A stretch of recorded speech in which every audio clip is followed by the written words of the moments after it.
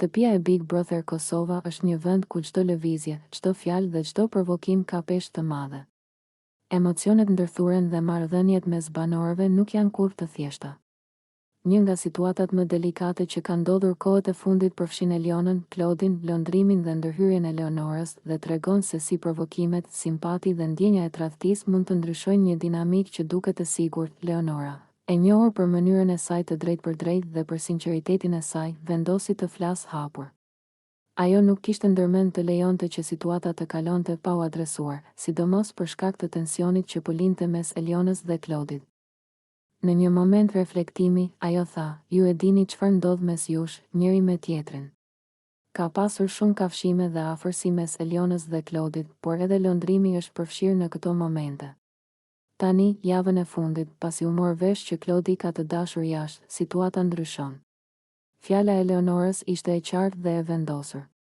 Ajo po i kujtonte banorëve një parim themelor të respektit dhe sinqeritetit. Emocionet dhe provokimet brenda shtëpisë duhet të jenë të qarta, pa mashtrime ose lojra që mund të lëndojnë ndjenjat e të tjerëve. Situata kishte qenë e tensionuar prej disa ditësh. Eliona, e cila fillimisht kishte ndjerë simpati dhe afërsi për Klodin, kishte filluar të ndjejë qetësi të prishur kur informacioni për të dashurën e tij jashtë doli në dritë. Ajo kuptoi se ndjenjat e saj ishin të ndikuara nga provokimet dhe lojrat e Klodit brenda shtëpisë. Leonora e përshkroi situatën me një qartësi që nuk linte vend për keqkuptime. Nëse vazhdojnë provokimet, ajo simpati që kemi pasur për ty zbehet. Nuk duhet të tallesh me të tjerët, sepse çdo lojë ka pasoja. Ky moment ishte një zgjuarse Leonorës. Ajo po nxirrte në pas se respekti midis banorëve është po aq i rëndësishëm sa strategjia dhe emocionet. Një lojë që mund të duket e pafajshme mund të shkaktojë keqkuptime, xhelozi dhe tension të pashmangshëm. Për Klodin, ky ishte një moment reflektimi. Ai nuk mund të anashkalonte faktin se veprimet e tij kishin ndikim tek të tjerët. Provokimet, flirtet dhe afërsia që kishte shfaqur brenda shtëpisë tani po shiheshin në një dritë tjetër, një perspektivë ku ndjenja e tradhtisë dhe respekti i thyer filluan të rëndonin mbi çdo marrëdhënie që kishte krijuar. Eliona, nga ana tjetër, përjetonte një përzierje emocionesh. Ajo nuk ishte thjesht e tronditur nga informacioni për të dashurën jashtë, por edhe nga ndjenja e humbjes së kontrollit mbi atë që po ndodhte me emocionet e saj. Provokimet dhe afërsia e Klodit kishin krijuar një lidhje të çuditshme, e cila tani po zbehej për shkak të transparencës që nuk kishte qenë e pranishme më parë. Lëndrimi, i cili ishte pjesë e situatës si dëshmitar ose ndonjëherë si bashkëveprimtar, ndjeu një kombinim të xhelozisë dhe qetësisë së shtypur. Ai kuptoi se çdo veprim dhe çdo shikim kishte rëndësi dhe se situata mund të ndryshonte dinamika e gjithë shtëpisë në çdo moment. Mes këtij konflikti, mes tensionit dhe zhgënjimit, mes banorëve po lindte një mesazh i qartë. Marrëdhëniet brenda shtëpisë kërkojnë sinqeritet, respekt dhe kujdes.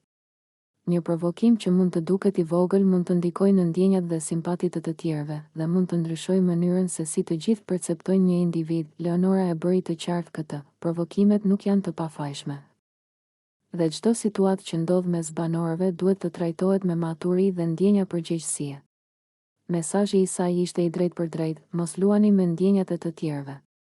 Nëse vazhdojnë provokimet, simpati dhe respekti që kemi pasur për ju do të zbehen. Lojrat emocionale kanë pasoja. Ky moment tregoi edhe një gjë tjetër, se Big Brother Kosova nuk është thjesht lojë, por një test i karakterit dhe sinqeritetit të njerëzve.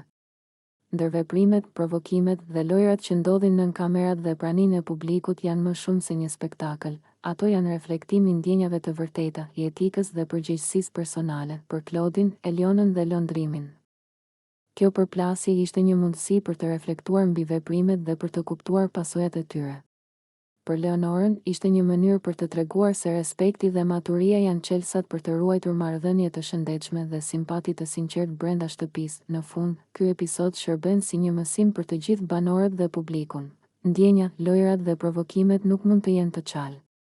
Çdo veprim ka pasoja, çdo marrëdhënie kërkon sinqeritet dhe respekt, dhe çdo provokim mund të ndikojë në atë që ishte fillimisht simpati dhe besim.